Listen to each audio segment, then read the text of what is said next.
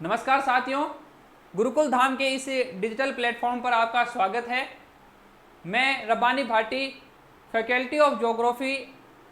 आगामी जो एग्ज़ाम आ रहा है ईओ आरओ एग्ज़ाम, उस एग्ज़ाम के लिए आपके लिए एक सीरीज़ लेके आए हैं। इम्पोर्टेंट जो क्वेश्चन हैं जो आरपीएससी ने जो पहले जो एग्ज़ाम हुए हैं, जैसे फर्स्ट ग्रेड हुआ है, अभी सेकेंड ग्रेड हुआ है, इससे पहले जो अभी एग्ज़ाम है उन एग्ज़ाम में आने वाले जो क्वेश्चन हैं जो आए हैं राजस्थान भूगोल से संबंधित, उन क्वेश्चन को हम आपके सामने लेकर आए हैं। और ये क्लास अब एग्ज़ाम तक लगातार चलेगी। तो जो आरपीएससी का जो पैटर्न है वो पैटर्न है कि आरपीएससी जो वर्तमान में जो एग्ज़ामों में जो क्वेश्चन जहाँ से बना रही है उसके आसपास से ही प्रश्न बनाती है। तो हम व्याख्या करते हुए, प्रत्येक प्रश्न की व्याख्या करते हुए आगे बढ़ेंगे। तो जो ईओ आरओ एग्ज़ाम है उसके लिए भी इम्पोर्टेंट है और अन्य जो एग्ज़ाम है का आने वाले हैं उनके लिए भी इम्पोर्टेंट है। तो आप इन प्रश्नों को ध्यान से देखिए, इनकी व्याख्या देखिए और आप इनको हल करने की कोशिश कीजिए और अपना खुद का क्या कीजिए, मूल्यांकन कीजिए। तो शुरू करते हैं आज की अपनी इस क्लास को। ये जो एग्ज़ाम है ईओ आरओ एग्ज़ाम है, इसके लिए इसको स्पेशल रखा गया है। अन्य एग्ज़ाम में भी ये इतनी ही इम्पोर्टेंट है। तो साथियों, सबसे पहले जो हमारा जो पहला प्रश्न है वो है कि वर्ष 2011, ये जब तक नई जनगणना नहीं हो जाती है तब तक 2011 की जनगणना अपन को पढ़नी पड़ेगी। तो जनगणना 2011 है वो हर एग्ज़ाम के लिए इम्पोर्टेंट है। जनगणना 2011 में से ये सवाल आया है। वर्ष 2011 की जनगणना के अनुसार 0 से 6 जो आयु वर्ग है उसमें सर्वाधिक एवं न्यूनतम लिंगानुपात, यानी लिंगानुपात की बात करनी है। यानी 2011 की जनगणना में से भी कहाँ से, लिंगानुपात में से। और लिंगानुपात भी कौन सा, 0 से 6 आयु वर्ग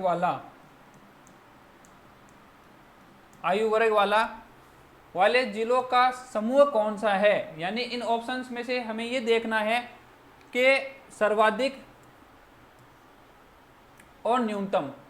तो ये भी अपन को परीक्षा हॉल के अंदर, क्योंकि एग्जाम का प्रेशर होता है, हम गलतियां कर देते हैं वहां पर। तो ये ध्यान रखना है कि जो चीज़ पहले दे रखी है, जैसे सर्वाधिक पहले दे रखी है तो सर्वाधिक का जो ऑप्शन होगा वो ही पहले आएगा, और न्यूनतम उसके बाद है तो न्यूनतम वाला उसके बाद में आएगा। तो सर्वाधिक एवं न्यूनतम लिंगानुपात वाले जिलों का समूह कौन सा है।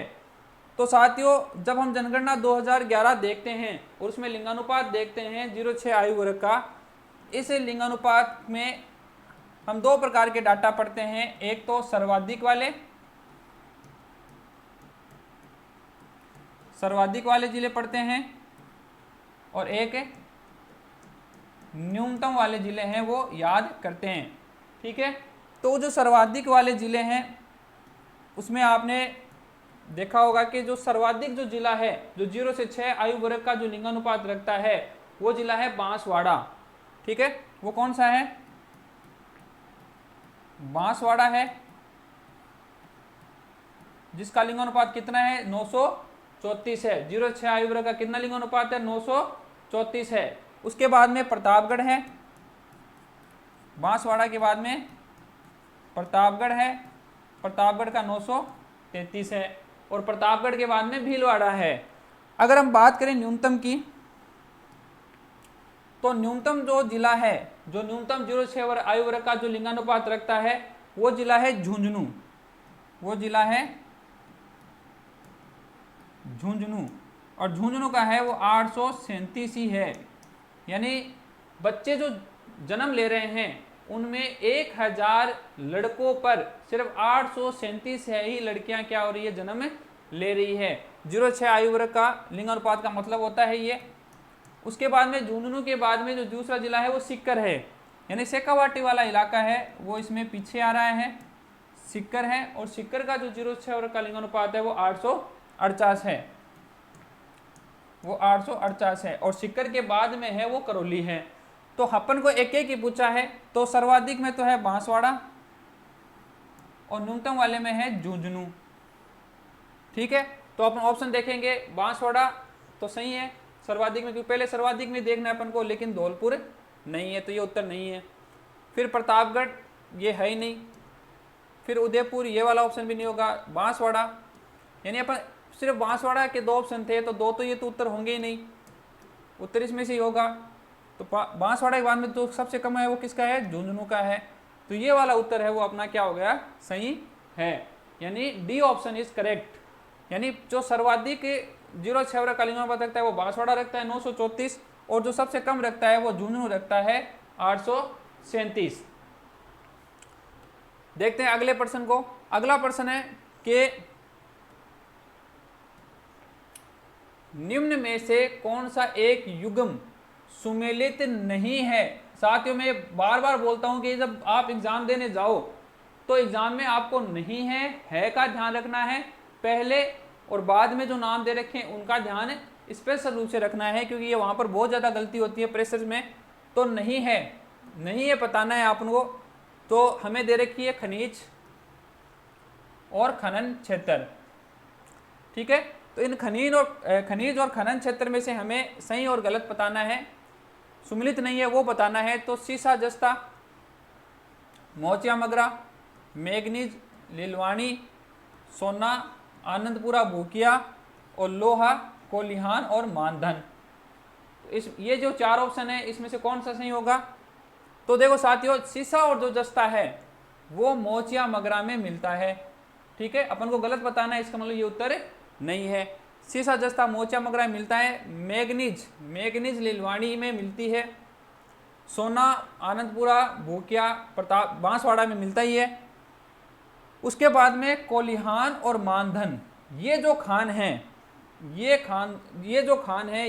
है वो किसकी नहीं है, लोहा की नहीं है, ये खान है वो किसकी है, तांबा की है। ये किसकी खान है, ये तांबा की खान है। खेतड़ी, सिंगाना, कोलिहान, मानधन, ये किसकी खान है, ये तांबे की खान है। तो साथियों लोहे की कौन कौन सी खान है, लोहे की खान है वो कौन सी है, नीमला, रायसेला,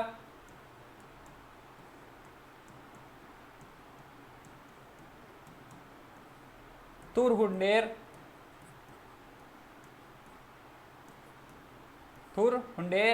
नीमला, रायसेला, थुरहुंडेर, डाबला,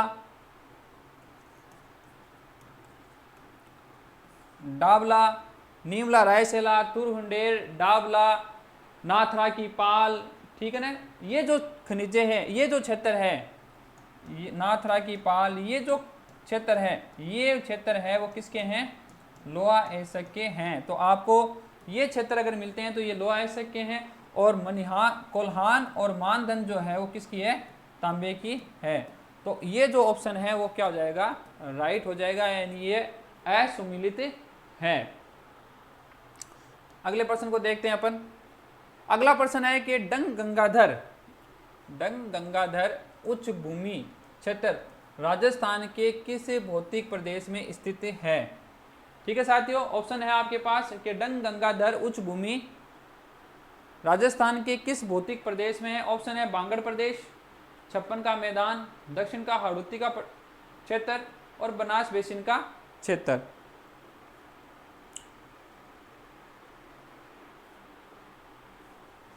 तो हम देखेंगे कि जो बांगड़ का प्रदेश है, बांगड़ का जो प्रदेश है वो किस में आता है, वो तो जो मरुस्थलीय प्रदेश है उसका जो अर्धशुष्क वाला जो भाग है उसमें आता है। ठीक है, बांगड़ का जो मैदान आता है वो छप्पन का मैदान है, ये पूर्वी मैदान का भाग है, इसे भाटी का मैदान भी कहते हैं, इसे भाटी का मैदान भी कहते हैं। कौन सी नदी का मैदान है ये, माही नदी का द्वारा निर्मित मैदान है। ठीक है, उसके बाद में बनास बेसिन, ये पूर्वी मैदान का भाग है, चंबल बनास का जो मैदान बनता है। ये जो डंग गंगाधर है, ये दक्षिणी हाड़ौती क्षेत्र का है। तो इसका उत्तर क्या हो जाएगा, उत्तर इसका सी हो जाएगा। देखो साथियों, अभी हाल ही में इसमें से बहुत प्रश्न आ रहे हैं कि डंग गंगाधर हो गया, डंग गंगाधर, शाहाबाद उच्च भूमि, शाहाबाद उच्च भूमि, ठीक है, शाहाबाद उच्च भूमि, डंग गंगाधर, मुकुंदरा की पहाड़ियां, मुकुंदरा की पहाड़ी, मुकुंदरा की पहाड़ी होगी, अर्धचंद्राकार पहाड़ियां। ये जो पहाड़ियां हैं ये हमें जो राजस्थान का जो पठार वाला भाग है, पठार वाला भाग है जिसको हम दक्षिण का हड़ौती का पठार बोलते हैं, उसके अंदर ये क्षेत्र है वो पाए जाते हैं। तो हमें पूछा गया है डंग गंगाधर, और डंग गंगाधर कहाँ मिलता है? हड़ौती के मैदान में मिलता है। देखते हैं नेक्स्ट क्वेश्चन को। अगला प्रश्न है कि जैसलमेर स्थित आक्कल कास्ट जीवाश्मों की आयु लगभग कितनी मानी गई है?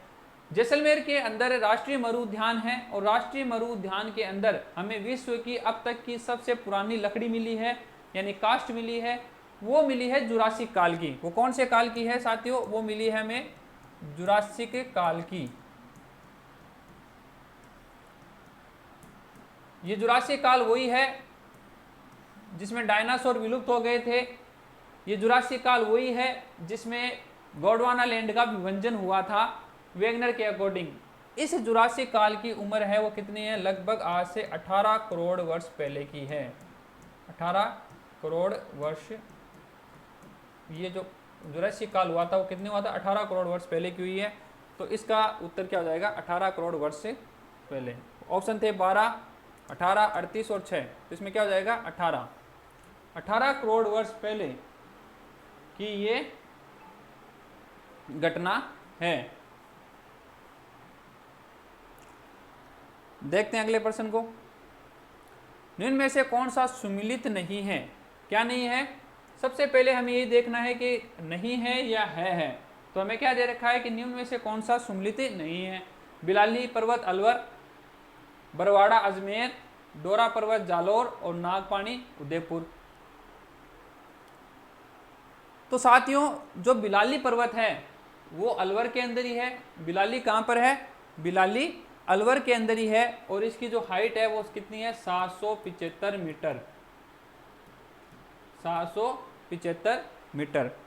डोरा हम जानते हैं डोरा जालोर की है, जालोर की है डोरा, और ये जालोर जिले की सबसे ऊंची जो पर्वत शिखर है वो है जालोर में। डोरा है, इसराना भाकर है, रोजा भाकर है, उसमें जो डोरा है वो सबसे ऊंची पर्वत श्रृंखला है। और इस डोरा की जो हाइट है वो कितनी है? 869 मीटर है। 869 मीटर है, ठीक है। नागपानी है वो उदयपुर के अंदर ही है। तो जो बरवाड़ा है, बरवाड़ा, ये बरवाड़ा है वो अजमेर में नहीं है। ये बरवाड़ा कहाँ पर है? ये बरवाड़ा जो पर्वत शिखर है ये जयपुर के अंदर है, और इसकी जो हाइट है वो 786 मीटर है। तो इसका जो ऑप्शन होगा, वो उत्तर होगा, वो क्या होगा? बरवाड़ा हो जाएगा। चारों ऑप्शन को अपन को देखने हैं। अगर हम इंपॉर्टेंट जो क्वेश्चन है या आए हुए क्वेश्चन है या जो टेस्ट सीरीज के जो क्वेश्चन है उनको अगर हम हल कर रहे हैं तो हल करते समय ही हमें इस बात का विशेष ध्यान रखना है कि हमें चारों ऑप्शन पे काम करना है। उससे हमारा जो 4 ऑप्शन है वो 4% हमारे तैयार करके जाता है। तो चारों प्रश्न देखने अपन को। उसके बाद में है कथन पढ़ने अपन को। कथन पढ़ने हैं कि इस पहला कथन है, इस क्षेत्र में 500 से 700 मिलीमीटर है तक वर्षा होती है। 500 से 700 मिलीमीटर यानी 50 से 70 सेंटीमीटर वर्षा होती है। 50 से 70 सेंटीमीटर वर्षा होती है। दूसरा कथन है कि मिट्टी चूना युक्त दोमट व कछारी है, यानी जो मिट्टी पाई जाती है। पहला कथन है कि ये जो क्षेत्र है इसमें 500 से 700 मिलीमीटर यानी 50 से 70 सेंटीमीटर वर्षा होती है। दूसरा कथन है कि जो मिट्टी पाई जाती है वो चूना युक्त है और दोमट है और कछारी है, ठीक है। फिर तीसरा कथन है कि बाजरा, अरहर, ज्वार, गेहूं तथा सरसों मुख्य फसलें हैं, यानी इसमें इन जो क्षेत्र हमें बताना है उस क्षेत्र में ये फसलें होती हैं। फिर इस क्षेत्र में बीहड़ भूमि पाई जाती है। निम्न कथनों के आधार पर कृषि जलवायु क्षेत्र में शामिल जिला समूह कौन सा है? कृषि जलवायु क्षेत्र पूछ रहा है अगला।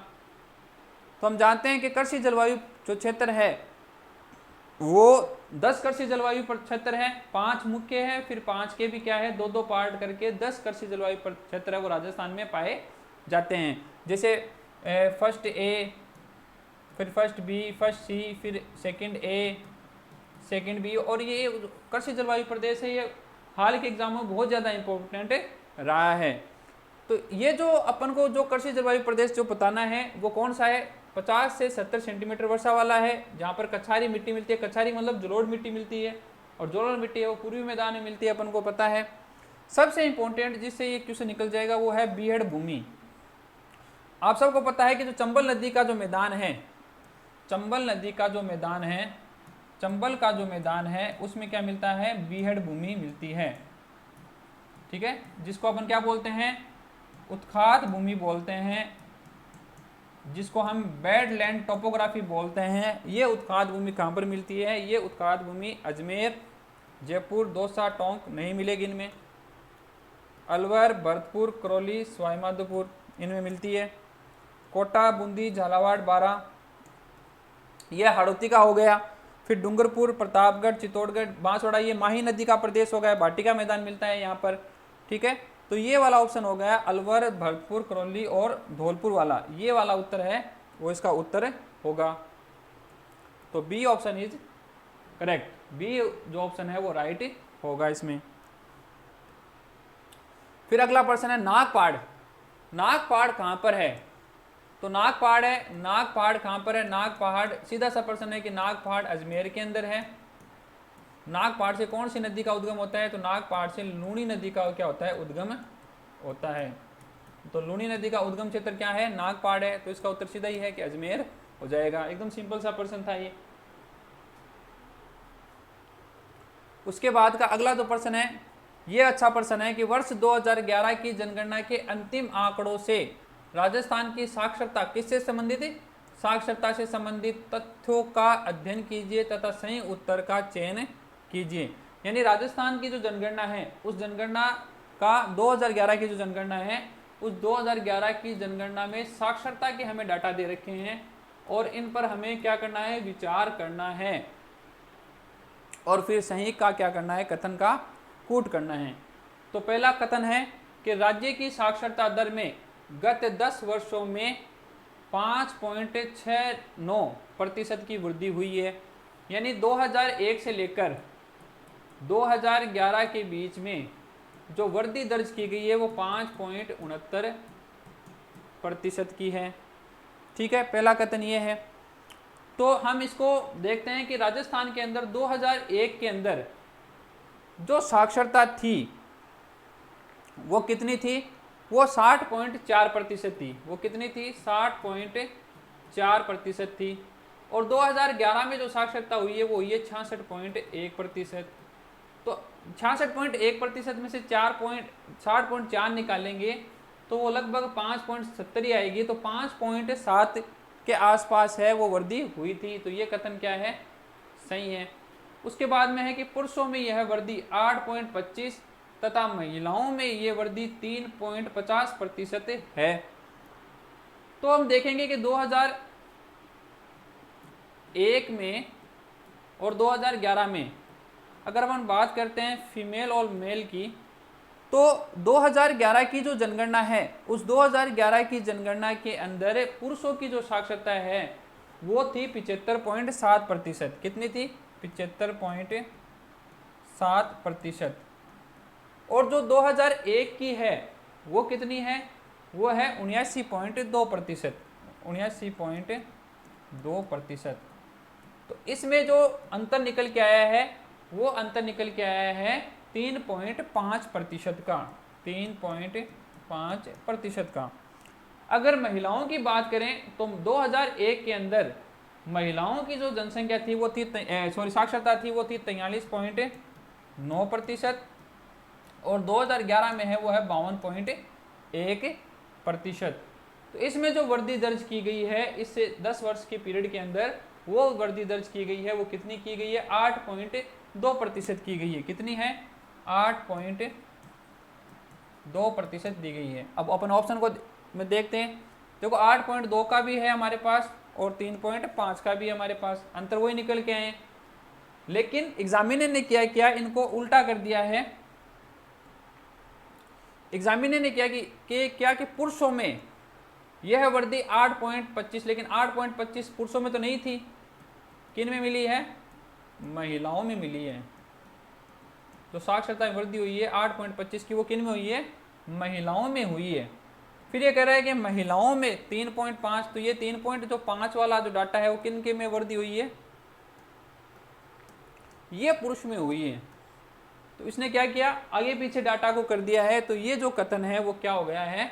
गलत हो गया है। फिर कह रहा है तीसरे कथन के अंदर कि जालोर जिले में न्यूनतम, जबकि झुंझुनू में जिले में अधिकतम साक्षरता अंकित की गई है। ये जालोर जिले वाला तो लाइन तो है, वो तो सही है कि जालोर जिले के अंदर है वो क्या की गई है? न्यूनतम साक्षरता दर है वो दर्ज की गई है। जालोर की कितनी है? 54.9। जो न्यूनतम वाला डाटा है वो तो सही है कि न्यूनतम तो किस में है? जालोर में ही है। और जालोर की जो साक्षरता है वो कितनी है? 54.9% है। जबकि झुंझुनू में अधिकतम साक्षरता अंकित की गई, ये गलत है। सबको पता है कि राजस्थान के अंदर जो सर्वाधिक साक्षरता है वो कहाँ की है? वो है कोटा की।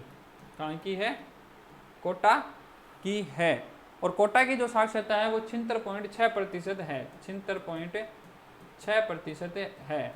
यानी ये ऑप्शन भी इससे एक झुंझुनू की वजह से क्या हो गया? गलत हो गया। ये पहले ही गलत हो गया था, ये हमने राइट निकाला है। फिर चौथा कथन है कि राज्य की कुल साक्षरता 66.1% अंकित की गई है। तो ये 66.1 है, ये भी सही है। तो ये भी सही है। तो इस पहले प्रश्न में हमें 1 नंबर और 4 नंबर, 2 कथन है वो सही मिले हैं, और 2 कथन 2 नंबर और 3 नंबर है वो हमें गलत मिले हैं। तो हम ऑप्शन को देखते हैं। पहले ये देखते हैं कि पूछा क्या गया है। पूछा गया है सही उत्तर है, तो सही का कूट करना है अपन को। तो अगर इसमें अगर गलत पूछा जाता तो उत्तर क्या होता? तो होता 2 और 3। 2 और 3 क्या थे? ये दोनों ही क्या थे? हमें गलत मिले हैं। और 1 और 4 हमें क्या मिले हैं? सही मिले हैं। सही पूछा गया है तो इसमें क्या हो जाएगा? 1 और 4 उत्तर हो जाएगा। फिर अगले प्रश्न की तरफ देखते हैं। वर्ष 2011 में राजस्थान में 1 लाख से अधिक जनसंख्या वाले शहरों की संख्या कितनी है? साथियों 2001 की जनगणना में 2011 की 2011 की जनसंख्या जो जनगणना हुई है उस जनगणना में 1 लाख से अधिक शहर, 5 लाख से अधिक शहर और 10 लाख से अधिक शहर हैं, वो कितने कितने हैं? ये पूछा है, अभी पूछा है, लेटेस्ट ही एग्जाम में आया है फर्स्ट ग्रेड के अंदर ये प्रश्न। तो ऐसे प्रश्न है वो आरपीसी अब वर्तमान में ले रही है, तो हमें ध्यान रखना चाहिए कि कितने कितने शहर थे। तो साथियों 10 लाख से ज़्यादा के जो शहर है वो 3 ही हैं। कितने शहर हैं? 3 ही शहर है। कौन कौन से? जयपुर, जोधपुर और कोटा। ये जो 3 शहर है जयपुर, जोधपुर और कोटा, ये 10 लाख से अधिक जनसंख्या है वो रखते हैं। उसके बाद में 5 लाख से अधिक, तो 3 शहर तो यही हो गए, 3 तो ये ऊपर वाले हो गए। इनमें अजमेर और एक बीकानेर, ये जो 2 शहर और हैं ये 5 लाख की पॉपुलेशन रखते हैं। यानी 5 शहर, 5 लाख के कितने हैं? 5 ही शहर है। 5 लाख के 5 ही शहर हैं। ठीक है। 10 लाख के कितने शहर हैं? 10 लाख के 3 ही शहर हैं। पूछा है हमें 1 लाख से, तो 1 लाख के जो शहर हैं, अधिक शहर हैं, वो कितने हैं? 30 शहर हैं। 2011 की जनगणना के अनुसार राजस्थान के अंदर 1 लाख से अधिक जनसंख्या रखने वाले शहर है वो कितने हैं? 30 है। ऑप्शन में हमारे पास है 20 नहीं है, 25 नहीं है, 35 नहीं है, क्या है? 30 है। तो इसका जो उत्तर हो जाएगा वो क्या हो जाएगा? डी है वो उत्तर हो जाएगा। फिर है कि निम्न कथनों पर विचार कीजिए तथा कूट का प्रयोग कर सही क्या बताना है? सही उत्तर का चुनाव कीजिए। यानी ये जो कथन है इन कथनों पर अपन को विचार करने हैं और विचार करके सही कथन का क्या करना है? हमें कूट करना है। जो पहला कथन है कि दक्षिणी अरावली प्रदेश में सिरोही, उदयपुर, राजसमंद जिले सम्मिलित हैं। तो हम अरावली को जब हम पढ़ते हैं तो अरावली को हम 3 भागों में बांटते हैं, उत्तरी अरावली, मध्य अरावली और दक्षिणी अरावली। तो दक्षिणी अरावली वाला हिस्सा है उसके अंदर हम सिरोही, उदयपुर और राजसमंद ये जिले मिलते हैं अपन को। तो ये वाला जो कथन है वो क्या है? सही है। उसके बाद में आबू पर्वत समुद्र तल से लगभग 1700 मीटर ऊंचा है। ये देखो ये यहाँ पर ये क्वेश्चन है वो कंफ्यूज करने वाला है। वैसे तो गुरु शिखर है वो 1722 है, लेकिन आबू पर्वत है ये कितना है? 1700 नहीं है साथियों, ये है इसकी जो ऊंचाई है वो कितनी है? 1200 मीटर ही है। कितनी है? 1200 मीटर है। तो ये कथन क्या हो गया? गलत हो गया। फिर तीसरा कथन है आबू पर्वत की प्रमुख चोटियां शेर, अंचलगढ़, ऋषिकेश और गुरु शिखर है। तो ये भी क्या है? ये आबू पर्वत में है जरूर, लेकिन आबू पर्वत की जो औसत ऊंचाई है समुद्र तल से वो कितनी है? 1200 मीटर है। तो ये जो औसत पूछी है यहाँ पर, औसत कितनी है? औसत 1200 है। इसलिए ये वाला जो कथन है वो तो गलत हो जाएगा और ये वाला कथन है ये सही हो जाएगा। ये है सारी आबू में ही, ठीक है। इसने सही पूछा है तो इसमें 1 और 3 है वो सही है। तो इसमें ये डी वाला ऑप्शन है वो आपका क्या हो जाएगा? करेक्ट हो जाएगा। फिर निम्न में से किस समूह का उद्गम स्थल राजस्थान में नहीं है? क्या नहीं है? कि ऐसी नदियों, ये जो नदियां दे रखी है इन नदियों में ऐसी नदियां बतानी है, ऐसा क्रम हमें निकालना है जिसका उद्गम स्थल है वो राजस्थान नहीं है। तो पहला जो ऑप्शन है, पहला ऑप्शन है वो है साबरमती। साथियों जो साबरमती नदी है उस साबरमती का उद्गम होता है वो होता है झाडोल उदयपुर से। कहां से होता है? झाडोल उदयपुर से। तो साबरमती का उद्गम होता है वो होता है झाडोल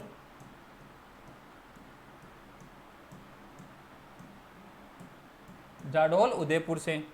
फिर दे रखा है पश्चिमी बनास, यानी अपना उत्तर तो है ही नहीं। अगला पूछ रहा है राजस्थान में नहीं है तो उदयपुर राजस्थान में ही है, झाडोल उदयपुर। तो साबरमती राजस्थान से निकलती है तो ये उत्तर नहीं है। फिर भी अपन देख लेते हैं पश्चिमी बनास। पश्चिमी बनास निकलती है नया सरवाड़ा सिरोही से। जो पश्चिमी बनास है वो कहां से निकलती है? नया सरवाड़ा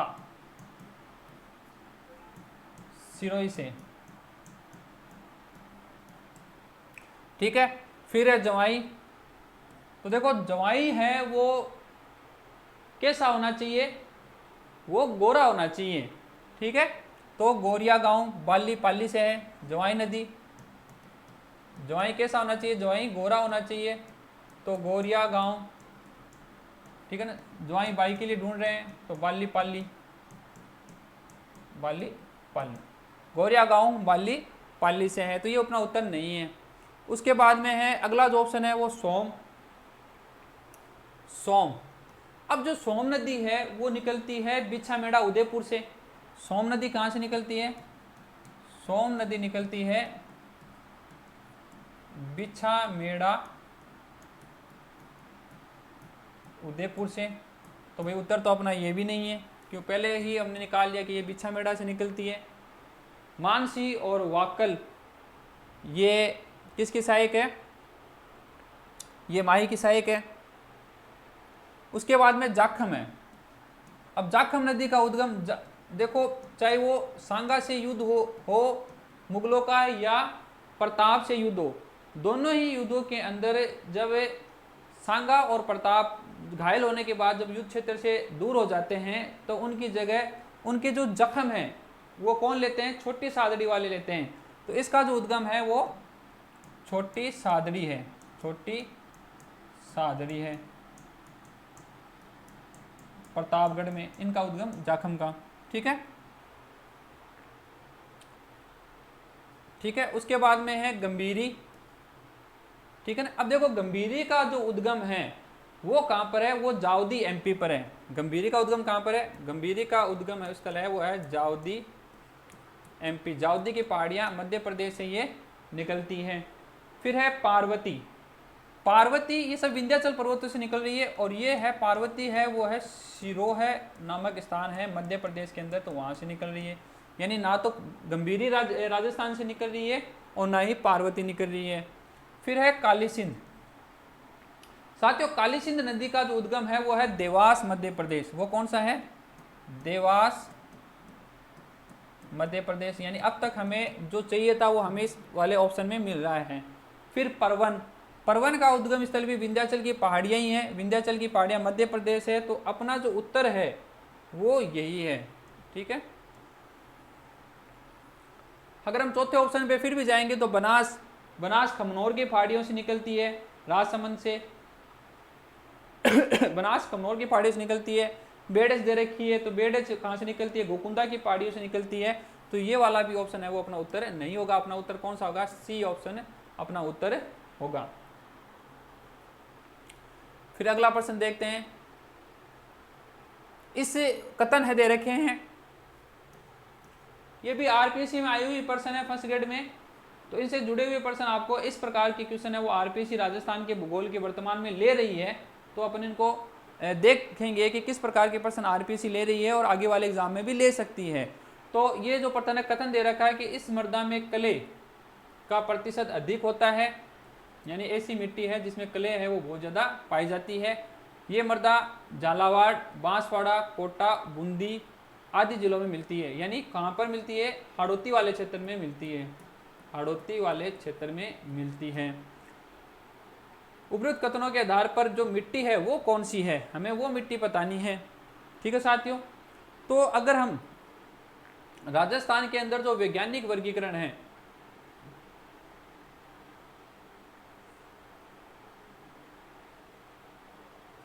उसको हम देखते हैं, तो राजस्थान के अंदर हमें जो मिट्टियां दिखाई देती है